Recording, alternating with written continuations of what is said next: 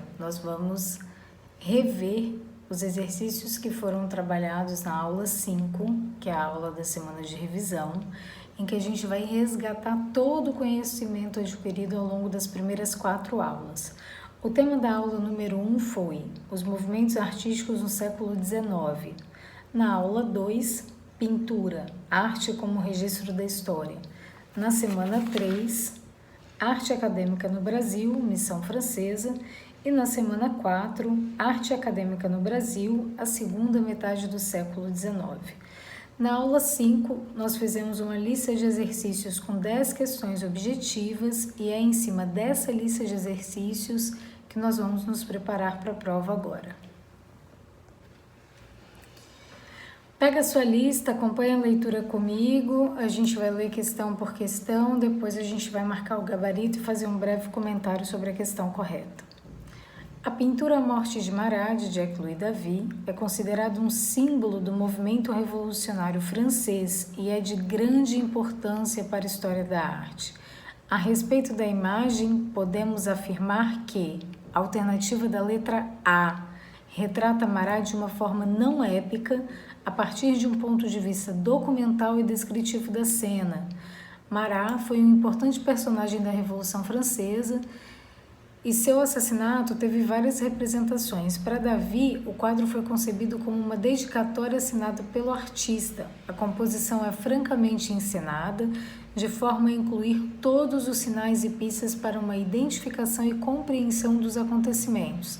A banheira, a faca, a carta, a ferida e o sangue. O quadro A Morte de Marat está exposto no Museu Royal de Belas Artes em Bruxelas. Na questão 2, a pergunta é: a respeito do neoclassicismo, é correto afirmar que, alternativa da letra B, as academias de belas artes tiveram um papel fundamental no desenvolvimento do estilo neoclássico ao ensinarem seus alunos as regras de composição e beleza. As academias de belas artes eram mantidas pelo governo e tiveram um papel fundamental no desenvolvimento do estilo neoclássico ao ensinar a seus alunos as regras de composição e beleza consagrados pela antiguidade clássica greco-romana.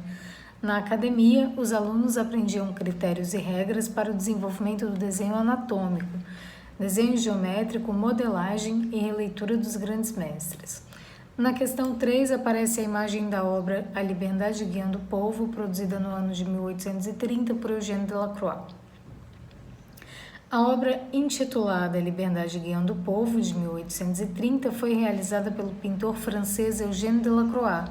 A pintura pode ser considerada uma das representações mais famosas da Revolução Francesa, pois a alternativa correta é a letra D, sintetiza as ideias fundamentais da Revolução representadas pela bandeira revolucionária, apresenta traços do romantismo francês.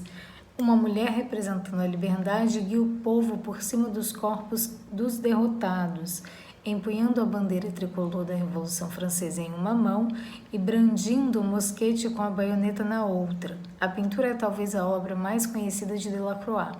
A pintura é considerada o símbolo da Revolução Francesa. O óleo sobre tela foi feito no ano de 1830 e foi inspirado na Revolução das Três Gloriosas, a chamada Revolução de Julho. Ela é uma das principais obras no Museu do Louvre. Na questão 4, embora, na primeira metade do século XIX, a concepção de arte estivesse associada aos ideais de beleza clássica, como a harmonia, simetria e proporção, diversas manifestações artísticas posteriores perturbaram tais noções, criando, alternativa da letra D, a pintura romântica não apresentava unicidade temática ou técnica. Foi marcado pela subjetividade.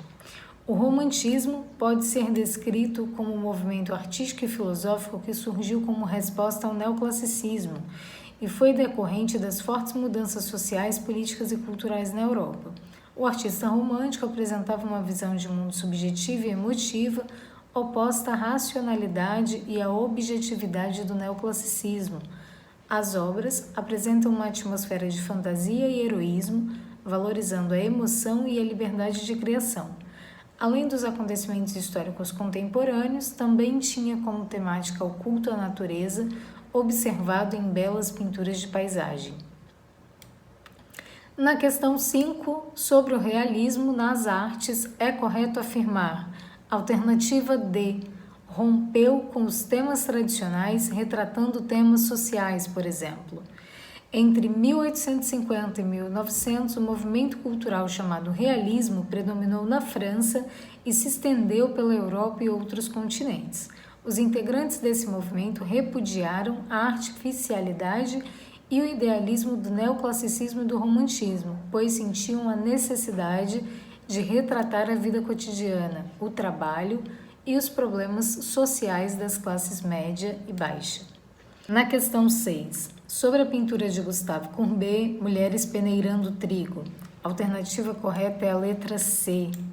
A tela apresenta camponesas que peneiram a colheita de trigo e demonstra o cansaço gerado pelo trabalho. Mulheres Peneirando Trigo é um exemplo do realismo de Courbet. Ao contrário das pinturas do estilo romântico, a pintura não tem um perfeito uso da linha e da forma. Em vez disso, ilustra as paredes sujas, o olhar entediado no rosto da mulher deitada, o cabelo desgrenhado do menino curioso. Courbet utilizou modelos reais nas suas pinturas. Diz-se que as mulheres nas suas pinturas são duas irmãs, Zoé e Julieta, e o menino é seu filho ilegítimo, Désiré Binet. Esta pintura foi exibida pela primeira vez em 1855 no Salão de Paris e mais tarde em 1861, quando foi comprada para o Museu de Belas Artes da cidade de Nantes. Na questão 7, para os idealizadores da missão francesa, seu principal objetivo era, letra E, introduzir o ensino acadêmico de belas artes no Reino Unido de Portugal, Brasil e Algarves. A missão artística francesa foi um grupo de artistas e artífices franceses que, deslocando-se para o Brasil no início do século XIX, fundaram a Academia Imperial de Belas Artes. Seu principal objetivo era dar início ao ensino regular no Brasil, acompanhando o surgimento de diversas instituições públicas que se estabeleceram com a vida de Dom João VI da família real portuguesa para a colônia em 1808. A presença dos artistas vai além das influências estéticas. Estava imersa em um contexto histórico em que se pretendia modernizar a nova sede do Brasil. Ao se estabelecerem, criaram estruturas necessárias para o ensino acadêmico no país e inauguraram a Academia Imperial de Belas Artes em 1826. A missão francesa representou, portanto, a profissionalização artística, formando uma geração de pintores e arquitetos brasileiros.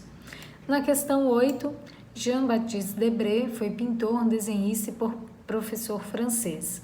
Integrou a missão francesa, que fundou no Rio de Janeiro uma Academia de Artes e Ofícios, mais tarde a Academia Imperial de Belas Artes, onde lecionou. No legado do pintor para a história da arte no Brasil está a alternativa da letra E. A publicação do livro de aquarelas Viagem Pitoresca e Histórica ao Brasil, onde o artista documentou sua estadia. Viagem Pitoresca e Histórica ao Brasil é um álbum iconográfico do pintor, desenhista e professor francês Jean-Baptiste Debré. O livro, originalmente dividido em 3 volumes, foi publicado em Paris entre 1834 e 1839. Ao longo das centenas de gravuras e textos que compõem o livro, Debré registra cenários, personagens e situações do Brasil na época, como a representação dos índios e dos elementos da natureza, do cotidiano da cidade do Rio de Janeiro, no início do século XIX, e retratos da suntuosidade da corte portuguesa. Suas aquarelas, impressas no livro por meio de litografias e artigos sobre o que aconteceu no país, possuem um vasto alcance na memória dos brasileiros.